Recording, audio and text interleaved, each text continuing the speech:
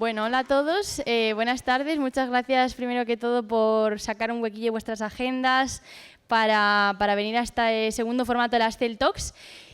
Como patrona de la Fundación Celta, pues agradeceros que hayáis venido y explicaros un poquito cuál es el formato de este evento. En las CEL Talks un poco lo que queremos es transmitir valores a través de historias reales.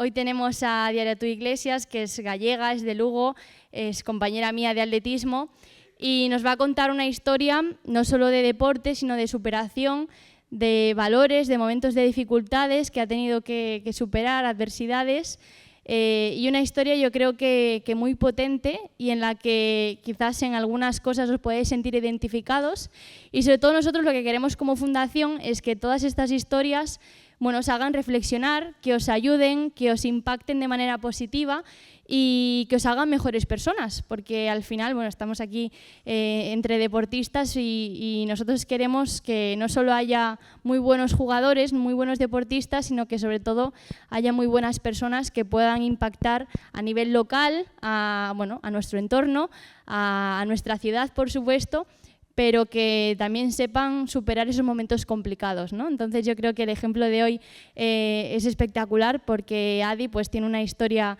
que merece la pena poner atención en lo que nos va a contar, y os animo además a que participéis, que si tenéis alguna pregunta, que al final estamos en petit comité, que esto no sea solo una charla, sino que sea un momento de compartir nuestras experiencias y pues lo que nos va surgiendo, así que la disfrutéis mucho.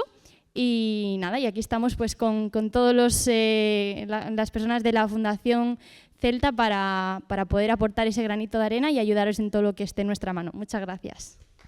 Hola a todos y a todas. Yo creo que me voy a bajar porque si no, no veo lo que pongo en la pantalla. Bueno, yo me presento, mi nombre completo es Adi Aratu, pero todo el mundo me conoce como Adi Iglesias, como veis ahí. He nacido en Mali y pues de entrada os voy a hacer un pequeño resumen. Como veis por aquí, yo fui a los Juegos Paralímpicos de Tokio y a los de París. Y os voy a contar mi historia desde que estuve en Mali, la razón por la que vine aquí a España y cómo empecé en el mundo del deporte, en este caso en el mundo del atletismo. Normalmente suelo empezar las charlas con una frase que suelo intentar invitar a la gente a reflexionar, y esta es una de las frases que a mí me inspira muchísimo, que es: no puedes pasar desapercibido si has nacido para destacar. ¿Alguno de vosotras conocéis esta frase o la habéis oído en algún momento? ¿Sí? ¿A algunos les suena? ¿A Desi sí? No suena a nadie más, ¿no? ¿A los jóvenes? También sois jóvenes. Pero a los más pequeños, digamos, somos todos jóvenes. ¿Os suena o no? ¿Habéis visto la película de Wonder? Seguro, la mayoría seguro que la habéis visto. Pues a mí esa película, cuando yo lo vi la primera vez, pues me inspiró muchísimo, porque realmente es una película que, el chico es un niño que es diferente.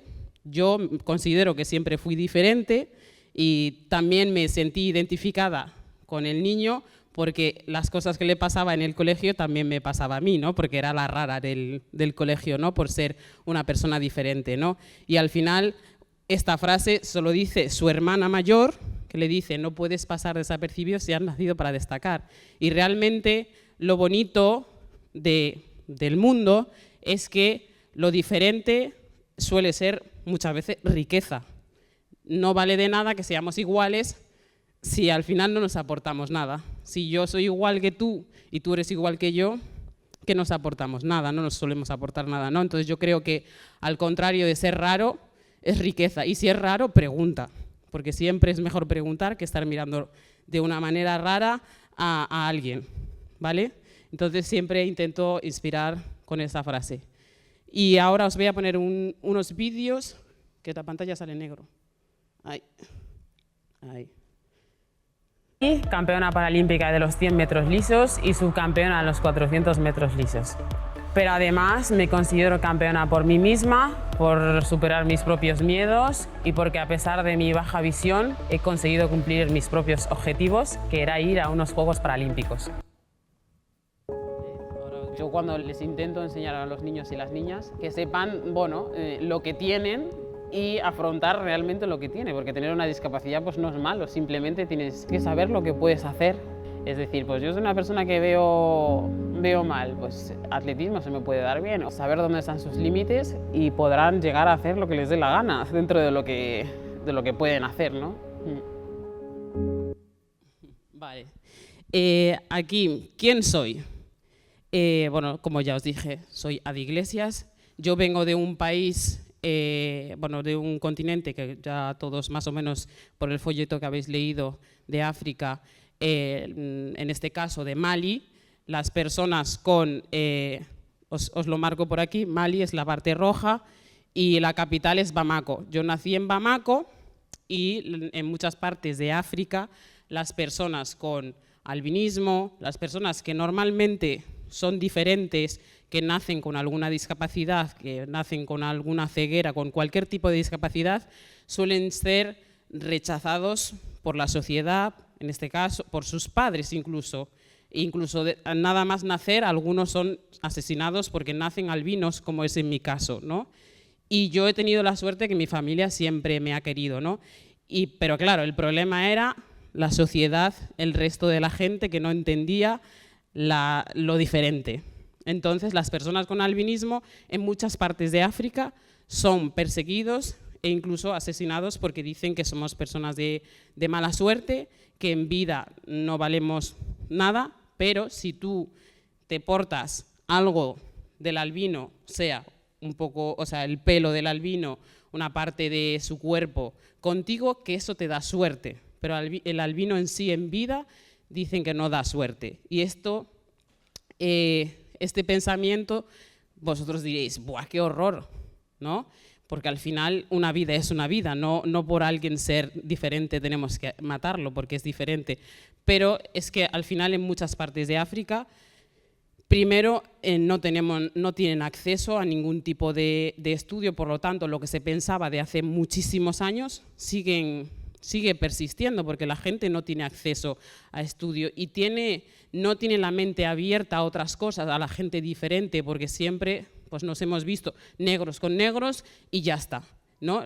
Quien viene de otro color, con otra discapacidad o alguna malformación, si no entienden lo que es eso, siguen pensando lo que pensaban hace 200, 300 años, ¿no? Y entonces muchas culturas, como siguen en esa ignorancia, se dedican a cazar albinos para asesinarlo, para quitarlo de en medio, ¿no? Porque dicen que da mala suerte. Y en mi caso, como mis padres no querían que me pasara nada, ellos, pues, mira, os pongo aquí recortes de periódicos, de persecuciones a los albinos. Bueno, hay un montón de información en internet. Hoy en día ya se está intentando, pues eso, que esto se termine, pero es difícil porque hay muchas partes de África que no tienen acceso a nada, conocen lo que conocen y ya está, ¿no? Entonces, pues eso, que mis padres, como no querían que me pasara nada, la única opción era apartarme de ellos y mandarme a un sitio mejor. Y entonces me mandaron a Logroño principalmente con un hermanastro mío. Y bueno, pues en las circunstancias de la vida pues no me ha permitido seguir con él porque al final hubo malos tratos de por medio. Entonces yo en ese momento también me tuve que apartar de mi hermanastro y estar en un centro de menores. Entonces, os hago una pregunta. Cuando yo vine aquí a España, ¿qué idioma pensabais que hablaba? Por ejemplo. Francés. ¿Qué otro idioma? Yo creo que tú sabes algo. En África hay un mogollón de dialectos. Bueno, inglés no. Inglés, eso es más en Sudáfrica, pero en parte, por la colonización, Mali es como parte de los franceses, por la colonización francesa. Entonces yo hablaba francés, ¿vale? ¿Y qué pasa? Que yo hablaba mi idioma materna, que es el bambara, es un dialecto, ¿vale? No es un idioma, el idioma era el francés. Y había un mogollón de dialectos, entonces yo venía sin saber escribir mi nombre. Así que yo aprendí a escribir mi nombre antes de subirme en el avión, porque claro, si me iban a preguntar cómo me llamo y cómo se escribe y cómo todas esas cosas, lo que tienes que saber cuando te preguntan dónde vives, todas esas cosas, lo aprendí antes de venir, pero sin idea de saber ni lo que era escribir, nada. Porque claro, al final en muchas partes de África, como la persecución a los albinos, era un problema para mí porque yo no podía ir al colegio, porque a mí me veían muy rara. No, algún profesor me llegó a pegar porque claro, no veía la pizarra, pero es que yo tengo una discapacidad visual de un 80%, que esto deriva del albinismo. ¿Entendéis el concepto del albinismo? ¿Algunos? ¿Sabéis? Bueno, el albinismo consiste en que hay una gran falta de pigmentación en la piel, en los ojos y en el pelo. En mi caso, yo no soy de las más blancas de los albinos, pero tengo rasgos que identifica, bueno, que soy albina, ¿no? Entonces, en mi caso, a mí me afecta mucho a la vista. Y esto era inconcebible para los profesores, incluso que yo no pudiese ver bien. Entonces, alguna vez me llevé una paliza y mi padre dijo, tú aquí no vuelves. Entonces, claro, yo no supe escribir, porque mis hermanos tampoco es que supieran escribir. Entonces, claro, aprendí a escribir un momento para venir, para subirme en el avión, ¿no? Y estuve en Logroño con lo que os digo, con mi hermanastro, pero las cosas no salió bien. Estuve en un centro de menores durante, bueno, esto es una imagen de Logroño, bueno, y bueno, luego como vine a España, ahora a Lugo os lo cuento, ¿vale? Y ahora, pues, yo estuve en el centro de menores durante 3 años y allí fue cuando empecé a darme cuenta de que me gustaba correr, pero yo ya me había dado cuenta que correr me gustaba muchísimo desde que era pequeña, pero claro, en Mali yo no podía hacer eso, porque aparte los deportes no están tan estandarizados como no hay unas categorías, incluso en este caso para mujeres, para hacer fútbol, baloncesto, que eran los 2 deportes que predominaba allí en África. El resto de los deportes pues no existen, entonces, y menos para mujeres. Entonces yo, bueno, sabía que me gustaba correr, pero no había pensado en ningún momento que pues quería jugar en un equipo, ¿no? Pero una noche, viendo la televisión, una pantalla donde nos ponían imágenes de películas, porque no todos teníamos televisión en casa, entonces había un señor al lado de nuestra casa que tenía pues una pantalla grande y que tenía dinero, entonces ponía algunas novelas, películas, dependiendo de lo que le interesaba a él, pues nosotros íbamos a ver la película allí o la serie o lo que fuese, ¿no? Y entonces, en esto que íbamos viendo una serie y salen unas chicas, bueno, entra la publicidad, salen unas chicas haciendo unas salidas de tacos, bueno, salían corriendo. Y yo me sentí tan identificada, o sea, me sentí identificada por 2 razones. La primera, porque eran blancas como yo. Así dije yo, son blancas como yo. Claro, yo de toda mi familia son todos negros. Yo era la única blanca. Bueno, tengo otro hermano albino, pero yo pensando, son blancas como yo. Entonces, y luego la otra razón por la que me sentí identificada fue que corrían como yo. Y esto os lo digo porque yo tenía 8 años, 8 o 9 años, no tenía mucho más. Entonces, corrían como yo, no sé yo, pero bueno, yo en mi cabeza era que corrían como yo. Entonces, ese fue como mi primera toma de contacto con el mundo del atletismo, pero no sabía ni qué era atletismo, ni que eso era un campeonato del mundo, ni lo que era, pero sabía que era correr, ¿vale? Entonces, ahí fue como empecé a tener la pasión por el atletismo, ¿no? Y luego, cuando estuve en el centro de menores, pues yo intenté pues, competir, hacer cosas, en el colegio, los míticos, bueno, los extraescolares que se hacían en el cole de atletismo o baloncesto, lo que fuese. Entonces yo hacía esas cosas. ¿Qué pasa? Como yo estaba en protección de menores, si yo quería competir fuera, en otras competiciones, como suele ser, implican viajar y todo eso, yo estaba en protección de menores, entonces no podía salir sin un tutor, pero en ese momento no había presupuesto para que el tutor me pudiese acompañar todos los fines de semana a competir. Entonces allí yo no pude seguir haciendo atletismo, pero tuve la grandísima suerte de que, ay, ¿me lo puedes pasar para atrás? Ahí.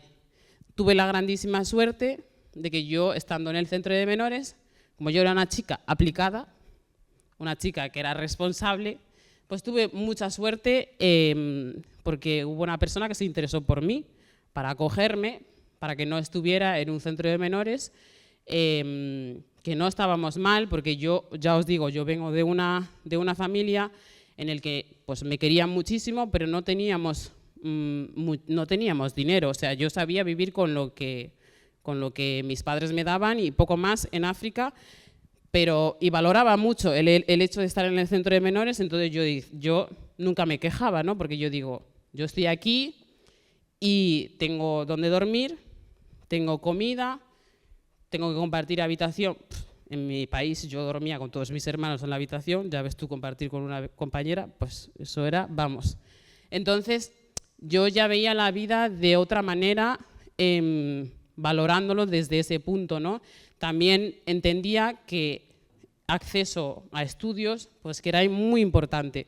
Y todo esto yo sin saber mucho hablar español, entonces iba aprendiendo. Yo tenía 11 años y cuando vine, y ya cuando estuve en el centro de menores, 12 años y medio, entonces valoraba esas cosas y digo, bueno, pues yo estoy aquí bien, pero si alguien me acoge, hombre, mucho mejor, porque vas a estar mejor en una casa, otra rutina, ¿no? Otro ambiente. El ambiente del centro de menores pues no era mala, pero tampoco era muy buena, porque había gente de todas las maneras habido por haber. Gente que se portaba bien, gente que se portaba muy mal, gente que te molestaba, gente que no, todo. Entonces, pues a mí me dijeron, bueno, pues a lo mejor alguien te puede acoger, ¿no? Porque eres una persona aplicada, una persona que trabaja, que, bueno, entonces eso favoreció a que alguien se pudiese interesar por mí, porque claro, una chica de 13, 14 años, ninguna familia se interesaría por ella siendo una persona, entre comillas, problemática, y esto es una realidad. Y yo intento también animar a concienciar a los padres. Son gente que a veces se portan mal, no porque se porten mal, porque son problemáticos, o porque son abandonados, o porque no tienen a nadie que le cuide, no tienen un ambiente que les anime a ser mejores personas, a luchar por algo. Entonces, no tienen los valores que sueles tener cuando estás en tu casa. Entonces, somos un poco como rechazados por estar allí, ¿no? Y no todos somos malos, ¿no? Y bueno, entonces se interesó una persona, una mujer de Galicia, Lina, y vino a Logroño a conocerme. Entonces allí me preguntó todo el tema de qué hago, qué me gusta y demás. Y yo le dije, a mí me gusta correr. Y ella me dijo allí entonces, me dijo que algún día sería pues campeona paralímpica.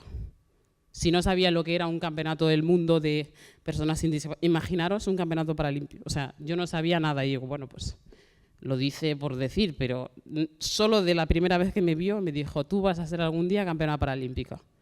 Y allí, bueno, pues se me quedó grabado en la mente, nos conocimos y unos años después yo me fui a vivir a Lugo. Y entonces, bueno, pues así fue como fue el proceso, ¿no?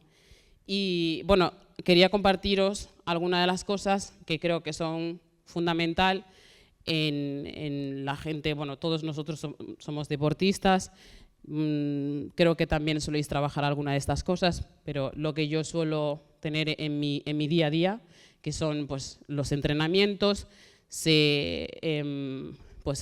los estudios. A día de hoy tengo 26 años y sigo estudiando, porque siempre he tenido o siempre también mi madre ha sido un gran apoyo para mí de animarme que hiciera las dos cosas, que no dejara los estudios de lado, que hiciera, aunque fuera algo que estuviera en segundo plano, pero que lo hiciera a otro ritmo, pero que nunca dejara los estudios de lado, y eso siempre ha sido así. A mí siempre me había gustado estudiar, aprender idiomas, hablo gallego, si queréis os doy la charla en gallego, sin ningún problema.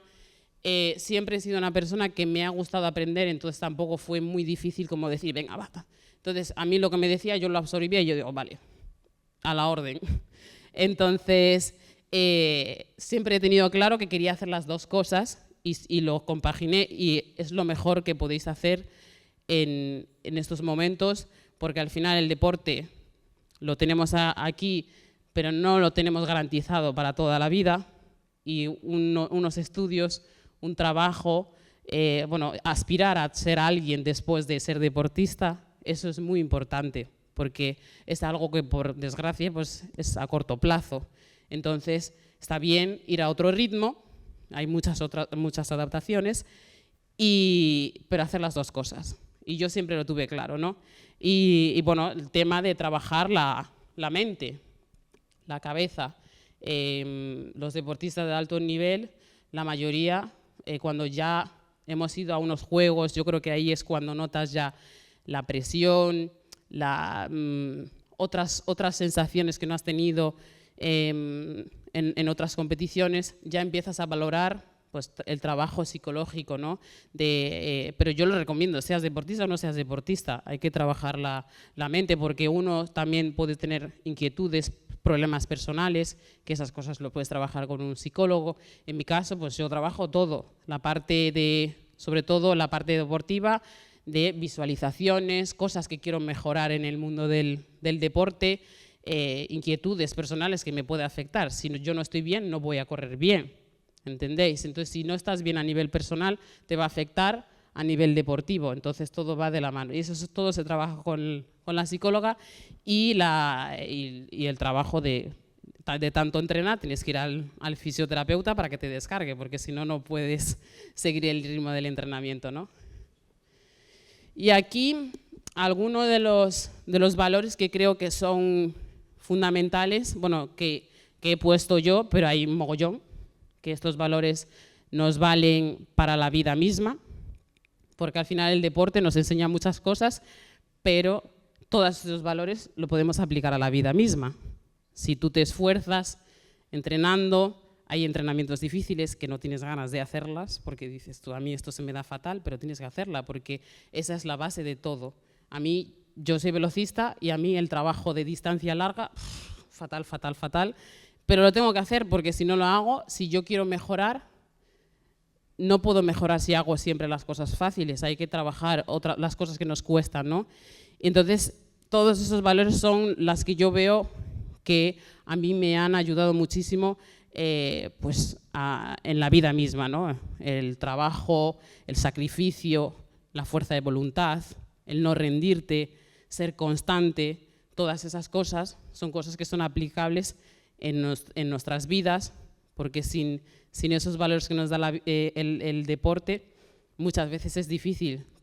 Alguno de vosotros seguro que lo habréis contrastado. Si tenéis algún compañero, alguna compañera y vosotros sois deportistas, muchas veces no podéis hacer ciertas cosas y ellos sí. Ir a cumpleaños, ir a fiestas, salir, priorizáis otras cosas como el descanso, el entrenar y no compartir momentos con familia. Todas esas cosas son sacrificios que uno hace, pero que al final, si es lo que tú quieres, te va a ayudar a digamos, alcanzar tu objetivo, a lo que tú quieres, ¿no? Aspirar a ser. Y eso te va a forjar como mejor persona, ¿no? Y estos valores son los que yo me llevo conmigo del mundo del atletismo. Y ahora, parando del rollo, os voy a poner vídeos para que veáis cómo corro, claro. Porque igual decís que igual no corro. A ver. Ya la vimos demostrando su potencial, demostrando que no es que esté entre las mejores, sino que a nivel atlético es indiscutiblemente la mejor. Como decimos, esa medalla Junto a ella, Amialeska, Petrilo, Zotova, Jametova, Keita, Ulianenko y Raset. Salió bien Adi, viendo bien los tiempos. Es verdad que está muy fuerte Nantenin Keita, que es una pedazo de atleta, ya ha cogido la compensación a la rusa, pero es que Adi también le va a coger la compensación a la rusa. Vamos a ver qué pasa en este tramo final. También muy bien por la calle, en este caso exterior. Creo que es Amialeska, no, Lucille Raset, qué bien Adi. Madre mía, Adi. Madre mía, Adi. ¿Qué ha pasado a Keita? ¿Qué ha pasado a Raset? Le ha cogido la compensación a todo el mundo. Y se aguanta el ritmo, se va a llevar el oro. Y vaya oro. Y decíamos que esta no era su prueba. Y decíamos que tenía un relevo. Va a haber victoria de Adi. Va a ser campeona de Europa. También va a ser campeona de Europa de esto con un registro que va a pulverizar. ¡Madre mía!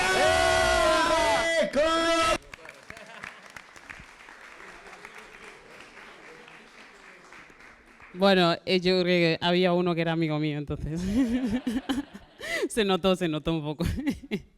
No, pero ese vídeo hasta yo cuando lo veo me motiva, ¿eh? O sea, que lo sepáis que no... Bueno, hay algo detrás de ese vídeo que bueno, yo corrí enfadada, o sea, enfadada en ese momento, entonces me salió eso.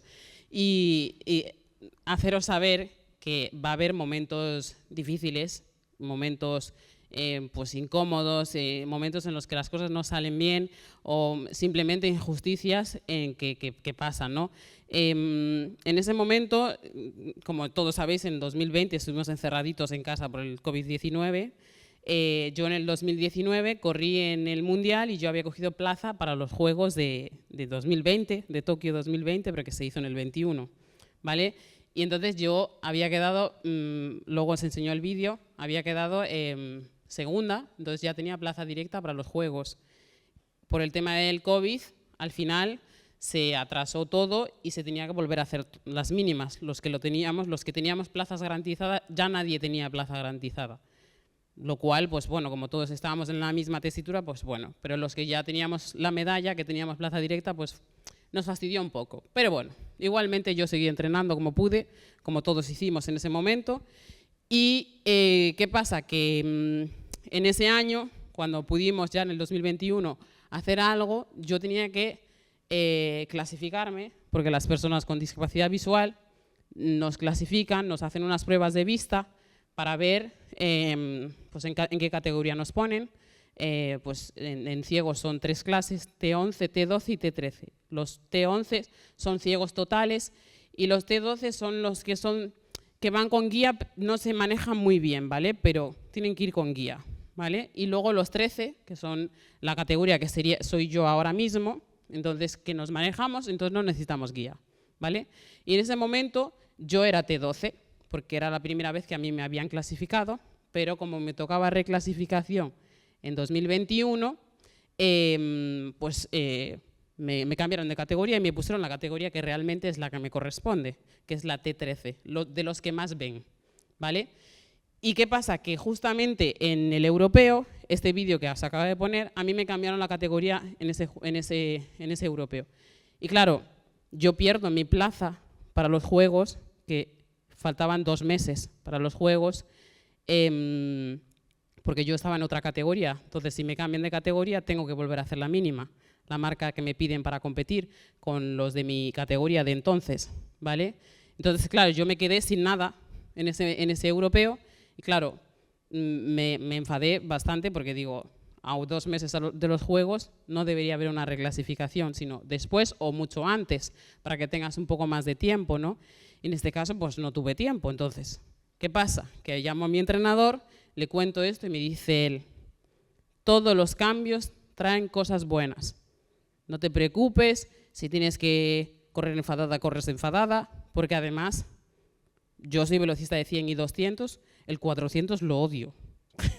Esa prueba que acabo de correr, que es toda la pista entera, lo hago, me gusta, pero yo tenía un miedo a esa prueba porque es una prueba muy difícil. Se ve ahí que parece que no, pero es muy difícil. Entonces, claro, ya yo tenía miedo, o sea, era terror a esa prueba. Entonces, a mí al cambiarme de categoría tenía que hacer esa prueba y ya no tenía mi prueba, que es la del el 200. Tenía solo el 100 y el 400. Entonces me dice mi entrenador, todos los cambios traen cosas buenas. Así que vamos a hacer el 100 y vamos a hacer el 400 como podamos. Tú tienes preparación para hacerlo y vamos a intentarlo. Si no nos sale bien o no queremos ir en los juegos con él, pues no vamos. Entonces yo dije, bueno, pues venga. Hice el 100, bien, que es mi zona de confort. Y esta prueba, yo, mientras me estaban presentando, yo estaba, me voy, no me voy, me voy, no me voy, me voy, vete, sal, bien, sal. Entonces estaba así, ¿no? Que no podía correr. Entonces la táctica que me había dicho mi entrenador fue, como no has podido hacer el 200, haz el primer 200 a un ritmo que tú controles, el último 200, hazlo rápido. Y es lo que hice. Entonces, y digo, más el enfado, claro. Entonces al final salió esa prueba. Y aquí os voy a poner otro vídeo de los 100. Paralympique en titre, représentant l'Espagne, Adiratu Iglesias.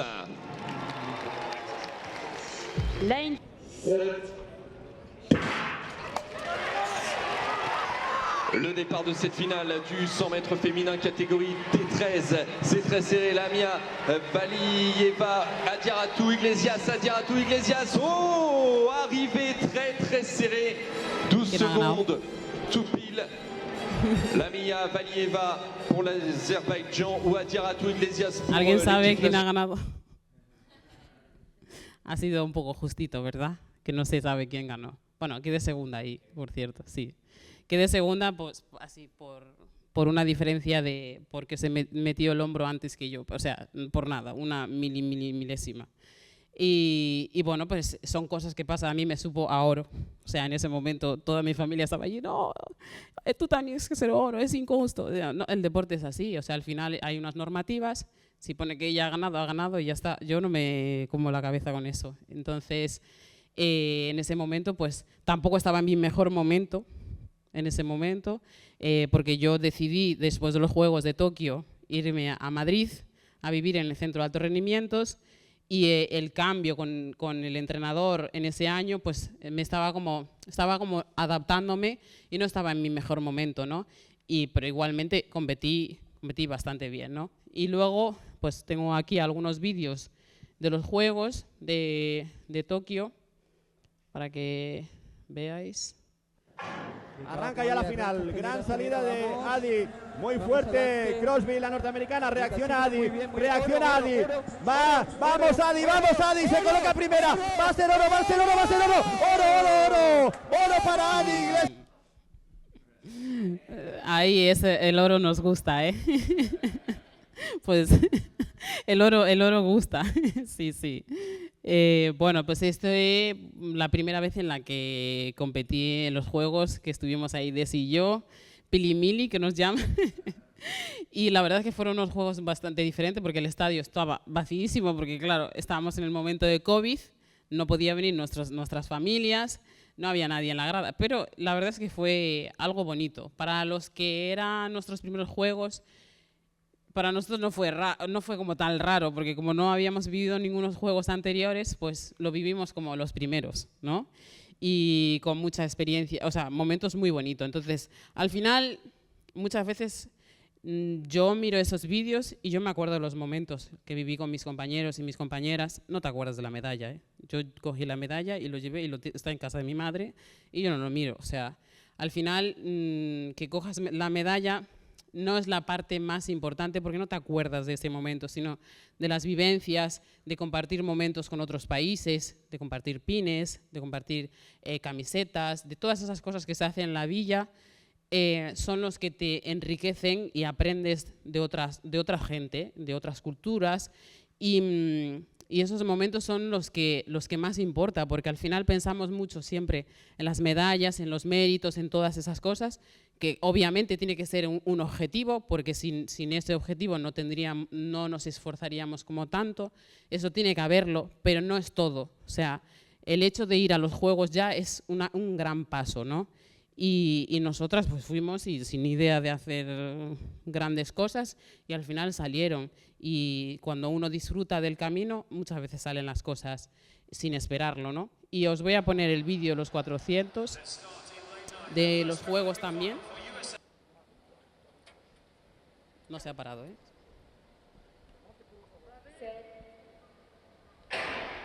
Next in the shot circle will be the event leader of the world record holder, Renata Slavinska, for her third throw. Fastest away one from the outside, Yanovskaya of Azerbaijan. It's gone out very quickly indeed, as has Valieva of Azerbaijan.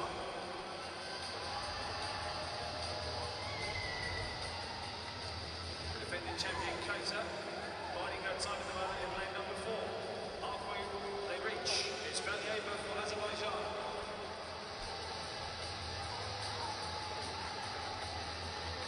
Coming round into the home straight, Valieva on her outside, Iglesias Fornero for Spain, Governo in lane 5 to come strongly in the home straight, but it's Azerbaijan against Spain at the moment. Lamia, Valieva, Iglesias Fornero trying to challenge, a late charge from Governo. Sí, voy muerta ya ahí, ¿eh? El ácido láctico, lo que sube ahí en las piernas. Sí, sí, Vean sí. estos juegos, tras el oro en el 100, se va a colgar la plata en el 400. La verdad es que emocionante ver a Adi, una amiga personal, La entrega de una la persona medalla. a la que quiero muchísimo. Hacer historia.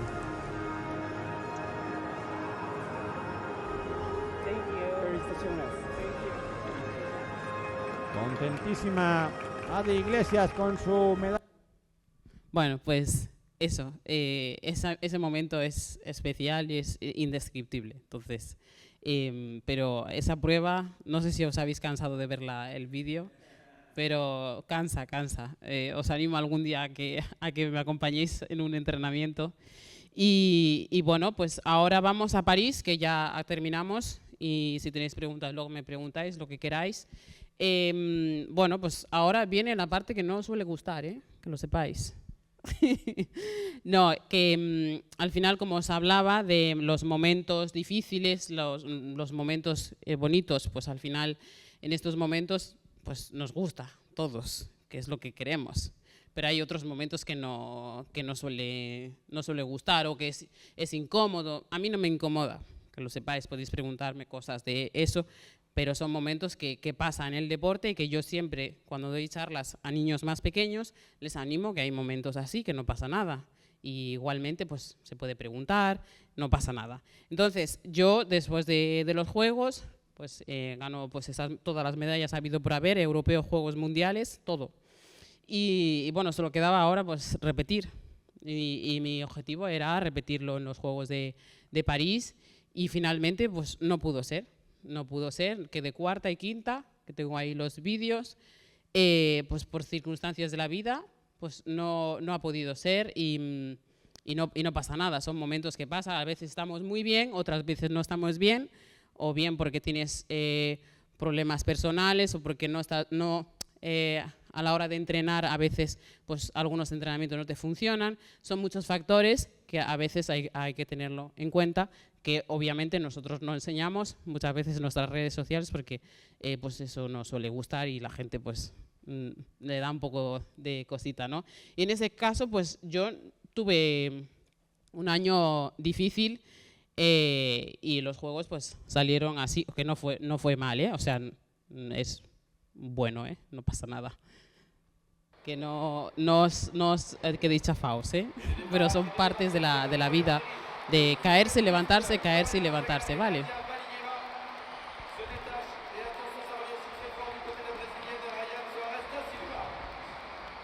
Allí en la prueba de los 100 metros lisos, que quedé quinta.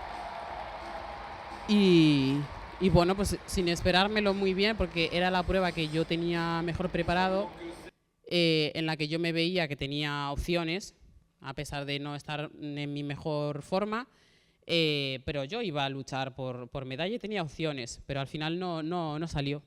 Y son cosas que pasan en la vida y que al final hay que aprender de esas cosas y enseñar también ese lado que existe, ¿no? Y no vamos a estar en ese lado siempre, pero hay momentos difíciles y luego hay que levantarse y seguir adelante, ¿no? Y el último vídeo, que es de los 4... Uy, ¿me lo puedes volver para atrás? Ahí. ¿Es una foto? Ah, no sale. Pues es un vídeo. Pero se quedó en foto, entonces, pues sorpresa. Se quedó como una foto. Nada, que en esa prueba es bueno, los 400 metros lisos, en la que quedé cuarta, que ya venía siendo segunda en esa prueba de los Juegos anteriores y quedé cuarta.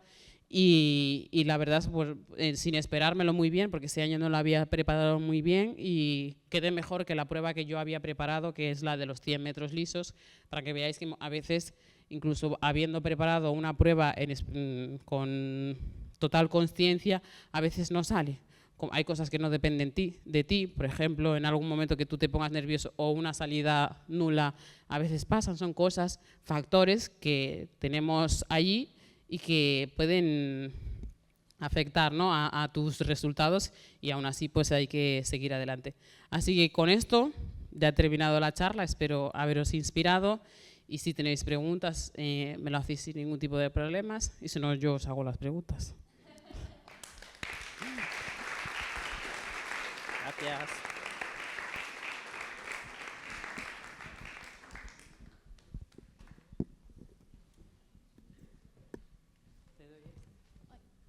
Bueno, si tenéis alguna pregunta, os voy pasando el micro. Seguro que alguna tenéis. Vale. ¿Sí? Lo voy a preguntar también, sí. Tengo dos preguntas muy distintas, muy diferentes, sí. Una primera pregunta es si has vuelto a Mali, si tienes contacto con tu familia, cómo están. Y una curiosidad, que es la segunda pregunta, que siempre me planteo en estos deportes donde tienes un punto de salida tan importante, ¿qué pasa por vuestra cabeza? Si hay pensamientos recurrentes, si hay algo que psicológicamente hagáis, porque a mí me parece súper difícil, o sea, ese punto de salida instantáneo.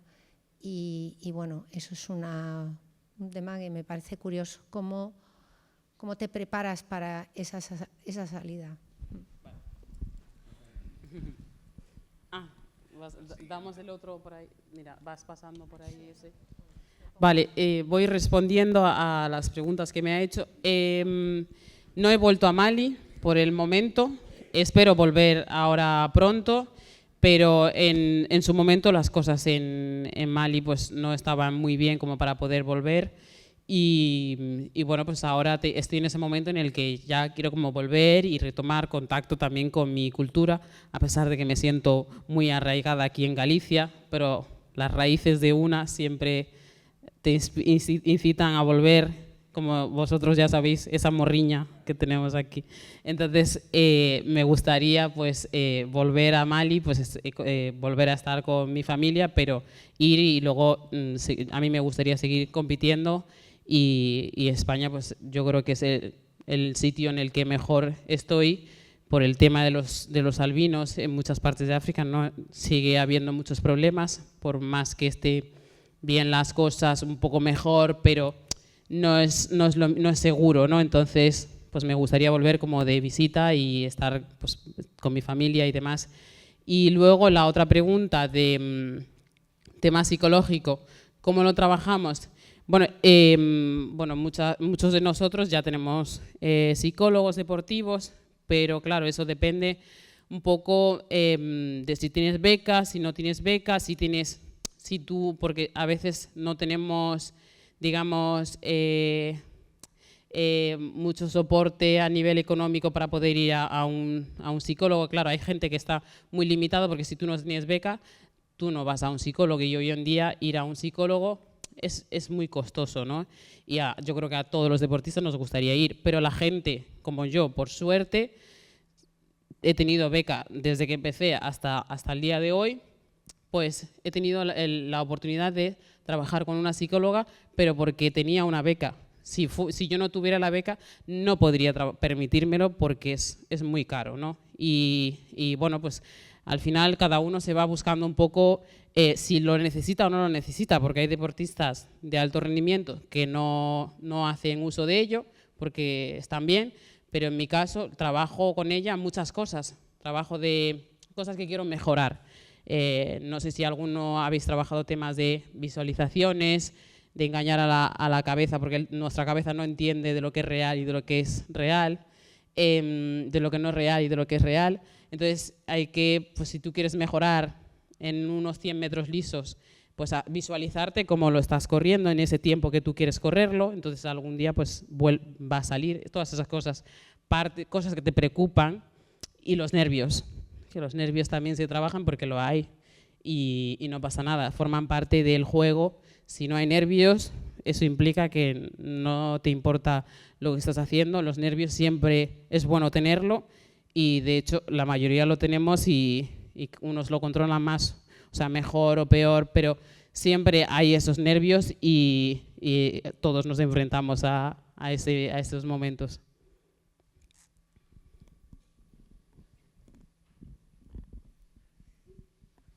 Bueno, Hola. ¿me escuchas? Sí, sí, sí. Bueno, enhorabuena por tu trayectoria.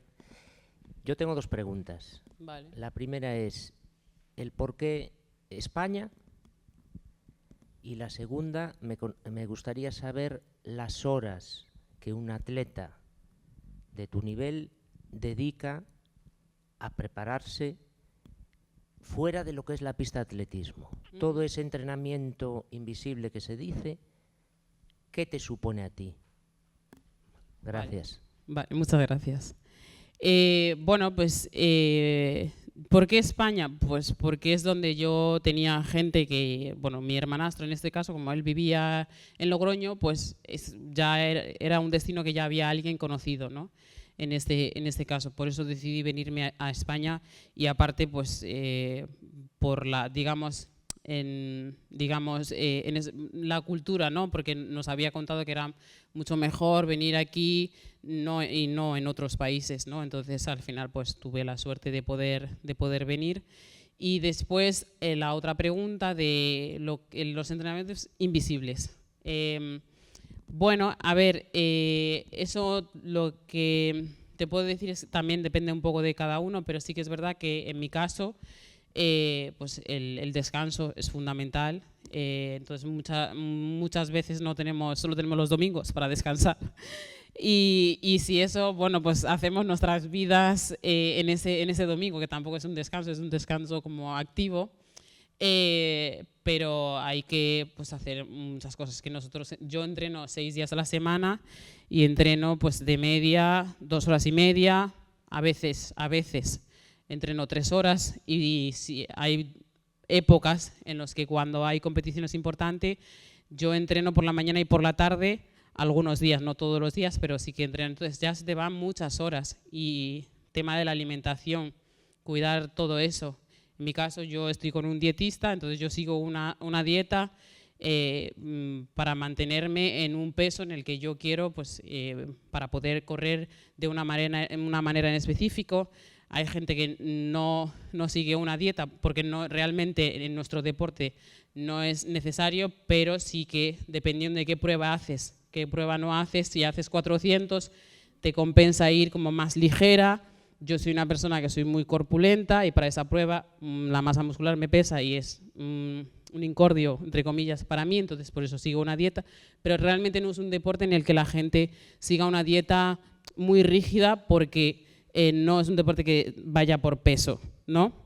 Y se trata de comer muy bien y de estar uno bien consigo mismo y ya está, ¿no? Y luego parte de la psicóloga, que eso también me come mucho tiempo, de cuidarte, de ir al fisio. Yo estoy yendo una vez a la semana al fisio y trabajar con la psicóloga cada 15 días. Son cosas que forman parte del entrenamiento, pero que esas no se ven reflejadas en las horas en las que entreno realmente.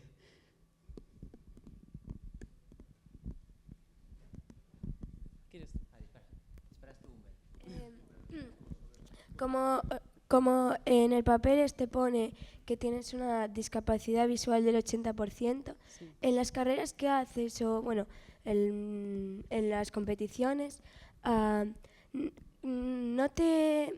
¿se te complica un poco el hecho de no poder salirte de tu carril? Espera, estás ahí, vale. Bueno, sí, al principio sí, porque bueno, yo cuando empecé tuve que memorizarme la pista, pero como al final las pistas siempre son las mismas, al principio sí que es verdad que teníamos que identificar las partes de la pista. A día de hoy también un poco, porque aquí en Galicia pues oscurece por la tarde muy pronto, entonces tengo que tener como señalizadas ciertas zonas porque no los veo. Y el problema de que si se te cruza alguien, pues me lo suelo llevar, pero vamos, con...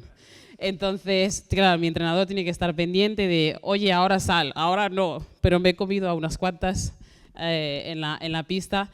Y en las series ya como ya llevo 11 años haciendo esto, ya uno ya hace las cosas como inconscientemente, el cuerpo ya memoriza ciertas cosas y no hace falta ni que me pongan señalizaciones muchas veces, pero sí que es verdad que tuvimos que hacer como memorizaciones. A veces si hacemos las cosas de donde habituamos a hacerlo, como yo lo tengo memorizada, si lo cambiamos tengo que volver a memorizarme eso, entonces ahí ya tiene que estar mi entrenador súper pendiente y poco más de eso. Donde yo necesito más adaptaciones cuando yo estudio, porque yo estudio con un ordenador que me habla, que tiene un programa que es un test, entonces yo no doy leído nada en papel, entonces con ese programa sí que ahí en el instituto, en el colegio, necesité muchas adaptaciones y ahí fue donde más se nota, pero luego a la hora de competir o entrenar, con que tengas un entrenador, unos compañeros que más o menos te sepan acompañar, yo creo que es la parte más fácil para mí y no he tenido pues hasta el día de hoy pues ningún problema, salvo esos encontronazos en la pista. Muchas gracias. Nada. Aquí. Si no te pasa. Bueno, lo primero, muchísimas gracias porque es emocionante, inspirador escucharte, todo lo que has ido superando, la barrera del idioma, del país, las medallas. Y bueno, preguntarte cuál es tu próximo reto deportivo y qué te gustaría hacer después del atletismo. Próximo objetivo, tenemos un europeo el año que viene en París y bueno, pues allí pues estar en la mejor forma posible. Mejor que ahora estoy como un poco tocada porque en este mundial, tuvimos un mundial en la India ahora en septiembre y me lesioné corriendo los 100 metros lisos, entonces no pude hacer mis pruebas como yo quería y lo que digo, momentos difíciles también que vienen, a veces son cosas que pasan y que no nos gusta que nos pasen en el mundial, pero pasan y entonces pues mi objetivo obviamente es hacerlo muy bien y si puedo llevarme unas medallas pues mucho mejor, ¿no? Pero sobre todo encontrarme yo bien físicamente y mentalmente y llegar, porque ya cuando tienes eso, ya el resto sales por sí solo. Y no sé qué otra cosa me habías preguntado. Cuando dejes el deporte. Cuando deje el deporte, ¿qué quiero hacer? Pues yo creo que voy a seguir en contacto con el mundo del deporte, pero estoy estudiando educación infantil. Me gusta mucho el tema de trabajo con los niños. Pues yo creo que me veo trabajando con los niños en las aulas, no tanto en las aulas, igual en una escuela bosque, no sé, porque están muy acelerados los niños, no me gusta que estén sentados ahí, pero aspiro a ser maestra, sí. Adi, yo primero darte las gracias, súper inspirador y sobre todo con una transparencia y haces de lo excepcional, lo cuentas con muchísima sencillez, o sea que muchísimas gracias. Y un poco también iba a enlazar con Humberto, me parece, has empezado tan jovencita, ¿no? Que digo, ¿qué viene después? Y en ese que viene después, como hay mucha gente de este lado joven y alguna más al que quiero mucho y me preocupa, el mundo de las redes sociales, ¿no? O sea, tú has vivido, llegas de África, vienes aquí, todo el mundo de las redes sociales, lo que implica, cómo las gestionas, cuánto le dedicas y qué influencia tienen. Y eso, si lo enlazas también de la perspectiva también pedagógica, ¿no? Como profesora que quiere ser, para los que son más jóvenes que están de este lado, cómo gestionar todo ese mundo de las redes sociales y demás, teniendo en cuenta que muchos que están aquí lo tienen o lo han tenido mucho más fácil que tú para llegar a donde han llegado ellos, ¿no? Bueno, a ver, al final me ha tocado lo que me tocó, o sea, al final no creo que sea más fácil para uno y para otro, al fin, no sé, intento no ir más por ahí. Creo que el buen uso de las redes sociales es fundamental, es decir, si tú quieres compartir algo de tu deporte, que es algo bueno, creo que puedes inspirar a otros chavales. Desi comparte muchas cosas de su vida deportiva, de su lesión, de cómo está haciendo deporte. Al final estás compartiendo cosas que creo que intentas como que, digamos, llegar a la gente para inspirarle de alguna manera y tener una mejor vida y también aprender y saber, bueno, si Desi puede, si Adi puede, yo también. Es decir, intentar y también, digamos, hacer visible algunos deportes que no son tan visibles, ¿no?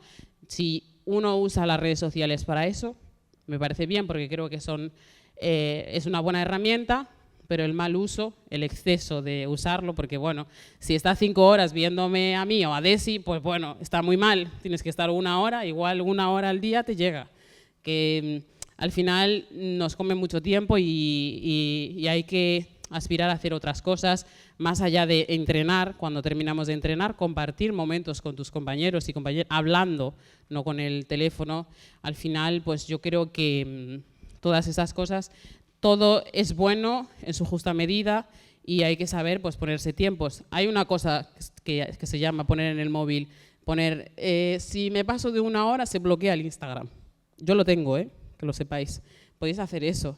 Y eso ayuda, porque al final uno no se da cuenta y entra las veces que quiere en las redes sociales y no se da cuenta. Pero tenemos muchas herramientas para evitar el mal uso de las redes sociales, ¿no? Pero creo que es una herramienta que en sí no es malo, somos nosotros los que lo usamos mal y os animo que os pongáis eso del bloqueo de 1 hora o 2 horas al día.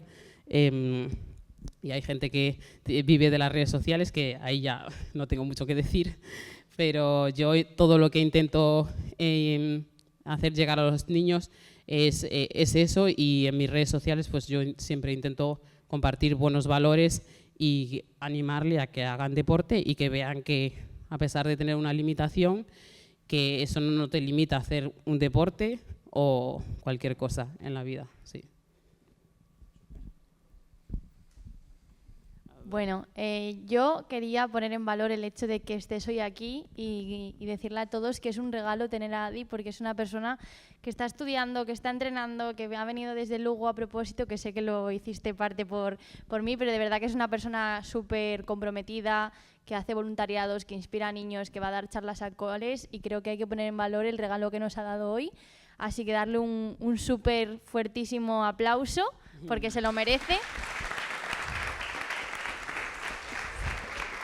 Sí. ¿Quién se la da, Lidia? Sí. Y te tenemos un pequeño regalillo para agradecerte. Muchas gracias. Para agradecerte el esfuerzo y todo lo que nos has inspirado. ¡Ay, qué chulo! Una camiseta del Celta. Con tu nombre dedicado. ¡Ay, pone mi nombre! ¡Qué guay! ¡Qué chulo!